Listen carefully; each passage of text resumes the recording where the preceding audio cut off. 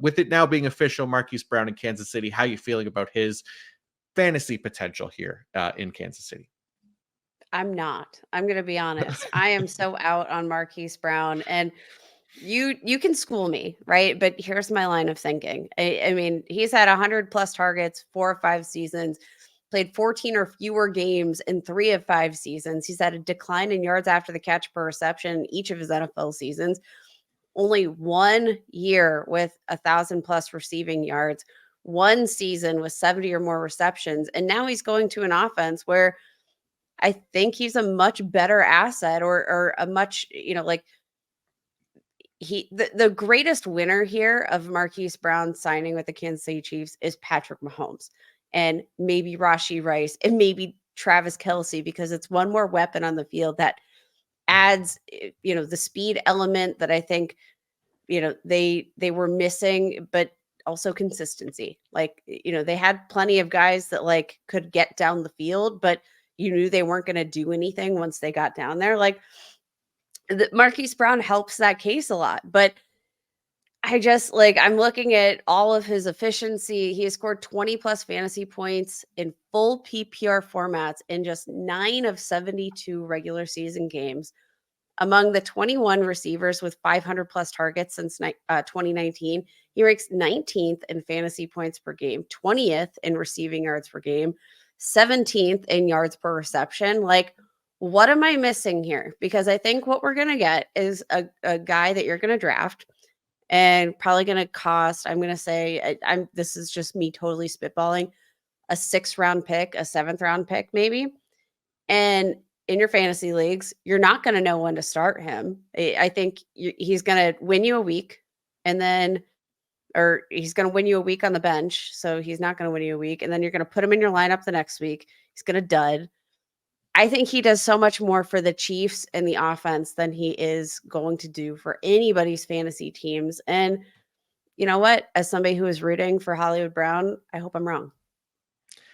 Yeah, I definitely understand the pessimism for Marquise Brown, right? Because he hasn't really shown it. He hasn't lived up to the expectations of that former 1st round pick, right? Even in Baltimore, his best seasons, like you said, weren't amazing by any means. But I guess, from if we're taking an optimistic viewpoint of it, I'm trying to see what the best outcome for Marquise Brown is. And it's hard to imagine him being anything more than like just a consistent kind of wide receiver 3 on a weekly basis, right? Like, I think Rashi Rice definitely showed that he was capable of being a very consistent startable wide receiver for fantasy, whether it's in that wide receiver 2 range or higher potentially as he develops. But for Marquise Brown, one of the things too with Kansas City's wide receivers is how they kind of rotated these guys. So if they're going to continue to rotate them, I think we're going to see a lot more inconsistency, obviously, if he's not going to get the playing time. If they lean into him being a full-time starter, I think that helps his case a little bit more. Obviously, didn't get like a massive contract or anything like that, forces them into playing him as a full-time player. But I think he still brings more than kind of what we got from their other wide receivers last year, outside of Rashi Rice, obviously. Kadarius Toney specifically, I don't think was what they wanted him to be at all. And luckily they still won the Super Bowl. So it wasn't like a weakness that couldn't be overcome, obviously. But I think, continuing down that path of utilizing those wide receivers that typically aren't like full-time NFL starters, it was a riskier path than the team was looking to potentially go here, especially if they're aiming to three-peat, right? But I think that's what you potentially get now in a player like Hollywood Brown, even though, again, hasn't quite lived up to those expectations. But I thought there were at least signs in Baltimore that he could be a nice fit here in Kansas City, just based on them using him more in that kind of yak role, right? Like you mentioned, his yards after catch definitely diminished in Arizona after getting traded from Baltimore. It was more again and how they utilized him as well, but I think there's more there from Marquise Brown than what we got the past couple of years. Again, it's maybe an optimistic viewpoint, but because he wasn't like a league leader in yak production or anything like that during his years with the Ravens, but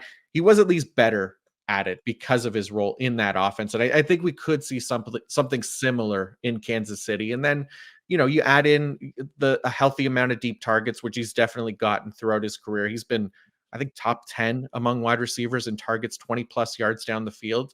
He just hasn't been great at hauling those targets in, right? And that's where he could stand to improve. I think he's 45th in catchable pass rate on those types of throws since entering the league. So ideally for him, you're seeing the team use him more as that yak guy in a full-time role, with those deep balls just kind of sprinkled in there. But there's at least, I think, a better chance that he can get back to like 2021 version of Marquise Brown here in Kansas City compared to what we've gotten the past 2 seasons, just because of the offense itself. I mean, I do think, obviously the upsides there. My concern definitely stems from the consistency element. Yeah. So my question is to you, if let's say that ADP does fall to like right around round 6, how confident are you in investing in Marquise Brown? Like, let's say, I mean, at that point, you're probably looking at what your wide receiver 2, wide receiver 3. Do you feel good about Marquise Brown in that situation? Not as my wide receiver too. I would feel really bad about that. Again, for me, like I think best case scenario is wide receiver 3, but I don't think we should be trying to buy him at that price, right? Because I think buying him at his ceiling at that point in drafts. If he falls later than that, then I'm looking more to take a chance on him. It again depends on who else is around in that range, but I want to get him at a lower cost than what I think he could be. Obviously, that's a very, obvious statement, right? But yeah, if I'm paying market value for what I think he can actually turn into and what his ceiling is, then I think there's still that risk there with him that it's not quite worth paying that exact price. So more just hoping to get him at a cheaper discount, if that makes sense. I think it does. Okay. Yeah, I realize I said something very, very obvious there, in that we're hoping to get guys cheaper than what they could potentially be. But I just Hey, think for him, sometimes we like, gotta go back to basics, man. yeah, yeah, but like you think about a guy like that specifically, I just think that there's boom bust potential there, right? And you have to factor in that bust potential with him, especially that he hasn't given us that consistency in recent years. So that's kind of where I'm at with Marquise Brown. So slightly optimistic, but I'm hedging a little bit as well. So